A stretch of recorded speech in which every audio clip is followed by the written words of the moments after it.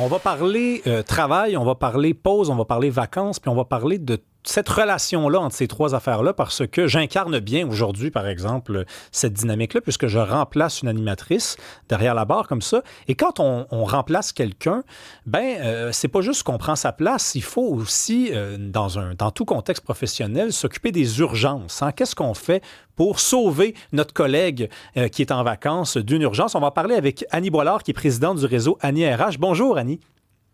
Bonjour, Rémi. Donc, 25% des travailleurs québécois là, sont en vacances. C'est les fameuses semaines de la construction. Il y a, par exemple, des conjoints de travailleurs de la construction, conjoints de travailleuses de la construction. Ces gens-là travaillent dans des bureaux, sont remplacés par des gens. Qu'est-ce qu'on fait si on est face à une urgence, puis que c'est une urgence qui concerne notre collègue? Alors, il va falloir prendre la balle au bon, surtout si on est la personne désignée pour faire le remplacement. Parfois, c'est un collègue, parfois, c'est notre patron aussi. Hein. Il y a des gens qui remplacent le patron. Des fois, les choses se complexifient aussi dans leur absence. C'est sûr que notre vie va être plus facile en fonction de la qualité de la préparation du transfert de dossier qui a été fait. On va s'entendre. Il y a des gens qui sont méticuleux, organisés, qui vont nous transférer des dossiers qui sont bien structurés. Ça va faciliter le passage.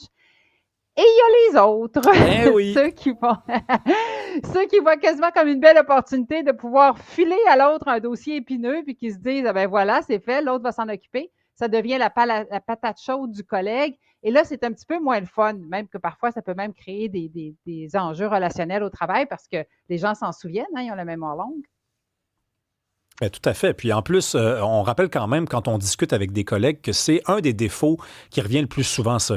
Ah, il est parti en vacances, il m'a laissé une pile sur mon bureau. Ah, il est parti en vacances, puis il n'a pas pensé envoyer un courriel, dire qu'il était en vacances. Il est parti en vacances, il n'a pas dit à qui était la personne ressource. Par exemple, s'il y avait une urgence, c'est une habitude de travail qui ne nous fait pas des amis, c'est plutôt le contraire en milieu de travail, là. Eh oui, puis Rémi, j'en ajoute une autre à votre liste de doléances. Et la personne est partie. Elle m'a mis comme personne de remplacement, mais elle ne me l'a pas dit et elle ne m'a pas transféré d'informations à cet égard. Alors là, je me retrouve vraiment face à un client, que ce soit un client interne ou externe, mais à me patauger dans des situations qui sont compliquées. Il y a des choses que les collègues peuvent faire pour Oui, s'aider. Fait que Rémi, je vous en partage quelques-unes. on y va. La première chose, d'abord, bien préparer nos dossiers. Ça, c'est le minimum. Il faut avoir des informations précises sur ce qui a été fait et ce qui sera à faire dans le futur. Ça, c'est la première chose. La deuxième chose, souvent, c'est de négocier des échéanciers avec le client. Hey, vous le disiez tantôt, là, on a 25% de la population au Québec présentement qui est en vacances, soit les gens de la construction, conjoints, conjointes et compagnie. Ça fait un peu partie de notre folklore, de notre histoire. Il n'y a personne qui tombe en bas de sa chaise. Quelqu'un dit, je vais être en vacances pour les 2 prochaines semaines. Est-ce que ça peut attendre? Fait que ça, c'est la première chose. Vous disiez tantôt les fameuses urgences. Ben, des fois, tout n'est pas urgent, qu'il y a des choses qui peuvent attendre. Puis la troisième et dernière chose que peuvent faire les collègues entre eux, c'est de prendre le temps de se faire une réunion, une rencontre pour bien discuter des projets. Puis ça permet aux gens de bien s'arrimer. On ne fait pas ça dans le cadre de porte, là.